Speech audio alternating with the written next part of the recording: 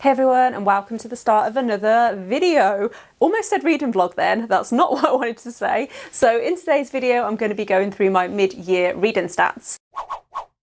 This year I've been using something called CawPile to track all of the books that I've been reading. So for anyone who doesn't know, CawPile is a spreadsheet that was created by G at Book Roast, and I always have it linked in the description of every video just for anyone who's interested. But I really love CawPile because it really helps when it comes to rating books, but it also gives you really cool graphs and stats of how your reading's going so far. I mean, I think that they're cool, and I like looking at graphs and statistics, so I thought I would put together this video to go through how my reading has gone so far this year. Originally my goal for this year was to read 60 books, and as of the end of June I have read exactly 60 books, which I didn't set out to do, it just sort of happened. It feels like a lot, but also on average I read around 2 to 3 books per week, which averages out at 8 to 12 books per month. And so that's the first graph that I wanted to go through. So books per month, and if you look at March, that is probably my best reading month of the year in terms of page count and also in terms of number of books read.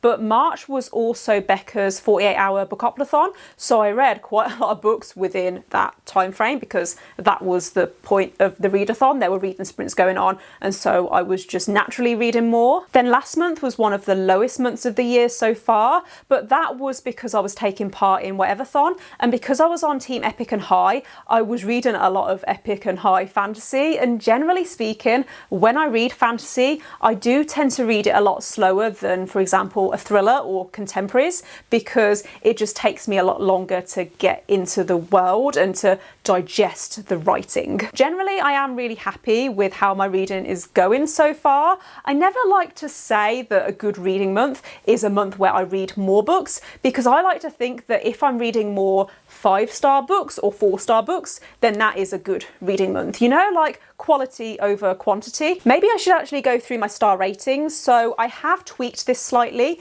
because the way that CawPile works is that you rate books based on certain things. So CawPile actually stands for characters, atmosphere, writing, plot, intrigue, logic, and enjoyment. And so you give each of those a rating out of 10, and it calculates a final rating, which gives you a 5-star rating. CawPile doesn't actually do half-star ratings. So what I did before filming this is I went through and I picked out the few books where I felt like they were more like 2.5 stars, even though they came out in CawPile as 3 stars. I wanted to make sure that I was distinguishing between the two. So far this year, over 50% of the books that I've read have been 4 stars, and I don't know whether I'm just being really generous with my ratings or whether I'm just naturally reaching for books that I know I'm going to enjoy or that I have a good feeling that I'm going to enjoy, because obviously I don't tend to pick up books unless I think I am going to enjoy them. But I think that I'm pretty happy with that, to be fair. 15 of the books that I've read have actually been 5 stars, so that's a quarter of all of the books that I've read,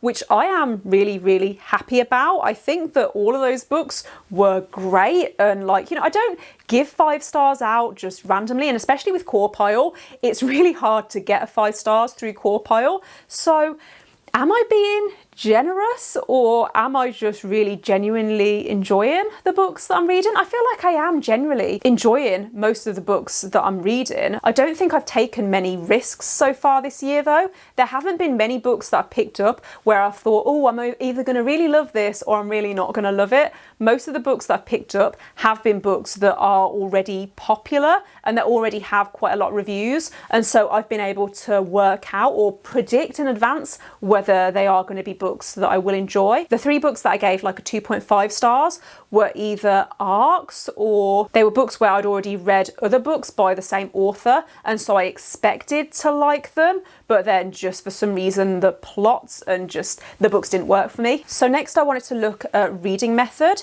and what I think is really interesting is that over 50% of the books that I've read so far this year have been ebooks that I've read on my Kindle, which you can probably see in the background here. So over 50% of the books that I've read so far this year have been ebooks. I've mentioned a few times in videos that I have over 100 unread books on my Kindle, which I'm trying to work my way through gradually. It is happening, it's taken a while.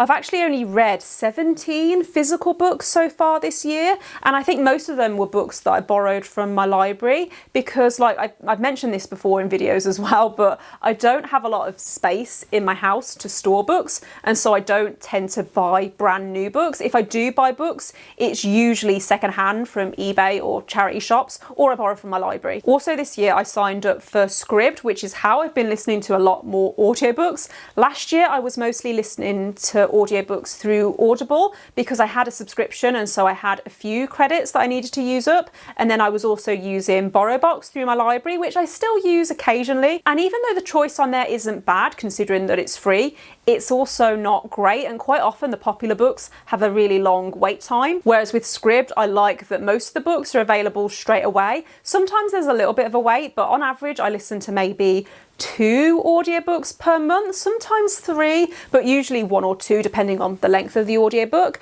And so I find that Scribd is actually pretty good for what I need it for. Next I'm going to move on to the genre of the books that I've been reading, and in total I've read across 9 different genres apparently so far this year. My most popular genre, like the genre that I read the most of, is definitely fantasy. 40% of the books that I've read so far this year have been fantasy, and then the next biggest is romance. So 20% of the books that I've read so far this year have been romance, which is 12 books, and then thrillers is the next, so that's 16.7%. I would like to read more thrillers, I think, before the end of the year, because thrillers used to be my most read genre up until probably last year, but because I was reading so many thrillers, they all started to merge into one, and so now I'm a lot more picky when it comes to thrillers. I've also read 7 contemporary, and then 2 historical fiction, 2 horror, and then a couple that are like classic, and what's that one? Okay, yeah, 1 mystery. So I'm quite happy with that. I always say that I read a lot across different genres,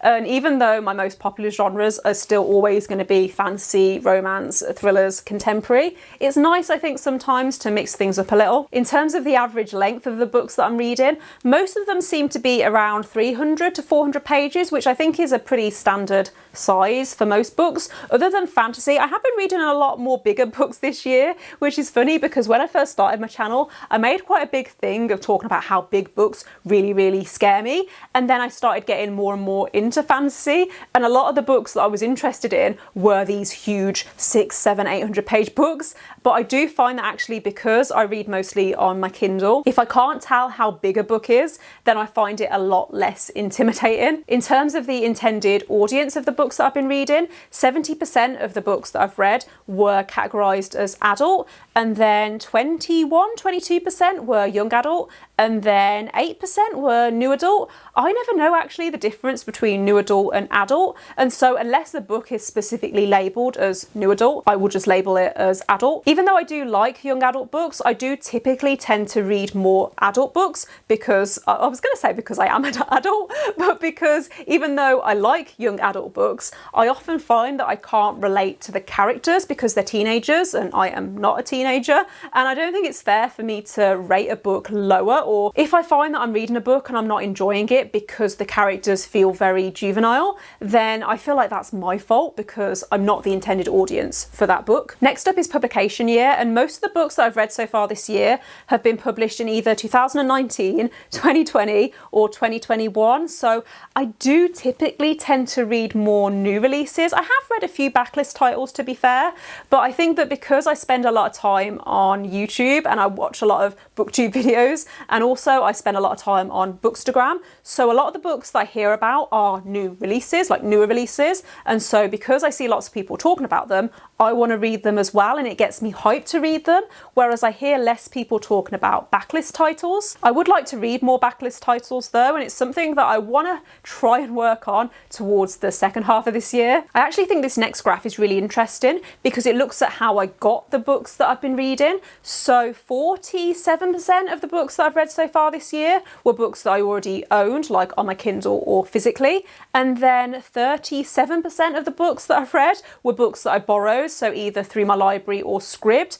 And then around 17% of the books that I've read were books that were gifted, so either I got them as a present through like Christmas or my birthday, or I got them for review through NetGalley. I am actually really happy with this because I have been making more of an effort to borrow from my library when I can, instead of just buying a book. Like, I have a habit of buying a load of books on my Kindle and then I forget about them because they're on my Kindle and I can't see them. And so now what I do is, if there's a book that I really want to read, I will look first and see if it's available from my library, and then I'll look and see if I can get it on Kindle, and then I'll buy a physical copy if it's not available on Kindle or if it's too expensive on Kindle. This next graph is actually kind of funny because it looks at how many books I've reread versus how many books I've read for the first time, and only one book that I've read so far this year was a reread. So don't know how I feel about that. I do like to reread books, it's just that I also like to read new books, and so I feel like I never dedicate the time to actually rereading. This next one is actually really interesting because in terms of series versus standalones,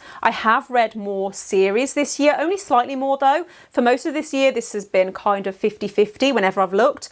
But it's interesting because if you'd asked me last year whether I read more standalones or series, I would have said that I read more standalones, but maybe because I am reading more fantasy and I tend to prefer fantasy series rather than fantasy standalones, it does mean that I've naturally been reading more series without even really paying attention to it. One thing I have been tracking this year that I haven't tracked before is whether the books that I'm reading have LGBTQ+ rep. So 30% of the books that I've read do have some LGBTQ+ rep, and then 27% of the books that I've read have a main character that is LGBTQ+. 43% of the books that I've read don't have any representation at all, and so I would like to try and improve on this throughout the rest of the year. So next there's a whole section around author demographics, and 80% of the books that I've read so far this year were written by women, 20% were written by men. And I was going to make a joke about, wow, that's not really a bad thing, but I don't want people to think that I'm being serious. I don't deliberately reach for books based on who the author is. It just so happens that a lot of the books I'm interested in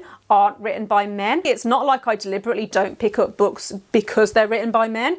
It's just how it's happened to have worked out. One thing I mentioned in my goals video at the start of this year was that I wanted to track whether I was reading diversely, even though I don't have a specific split in mind of what percentage I want to be reading from authors of colour versus white authors. It was something that I wanted to track so that I could prioritise the books on my TBR. And so far this year, 68% of the books that I've read were by white authors, and then 31% were by non-white authors. Like I said, I didn't have a particular goal in mind for what I wanted that split to be. It was just something that I wanted to be aware of. The final graph looks at the nationality of the authors that I've been reading from, and I was really surprised at this because at the moment, the way that the graph is, 55% of the books that I've read this year were written by American authors, and then 18% were written by British authors, and then you've got 5% were written by Canadian authors, and the rest are like 1%, something like that. I did take part in Eurovisionathon this year, and because of that I did end up reading quite a lot of translated fiction. Up until that point, I'm going to be honest, this graph was very, very different. So I'm really glad that I've been tracking this year because it means that I'm more consciously aware of it. And one of my goals this year is that I want to read more translated fiction, and I think that this is helping me to push to do that. But yeah, I think that brings me to the end of the spreadsheet and the end of this video. So thanks for watching if you've made it this far. I don't know how long this video is going to be because I've been sat here for over an hour filming, so I need to do some serious editing. I didn't expect it to take this long to film this video, but there you go. Hopefully you enjoyed it. Let me know in the comments if you've been tracking your reading this year. Let me know how your stats compare to mine, and don't forget to give this video a thumbs up if you liked it and click subscribe if you haven't already, and I will see you next time. Bye.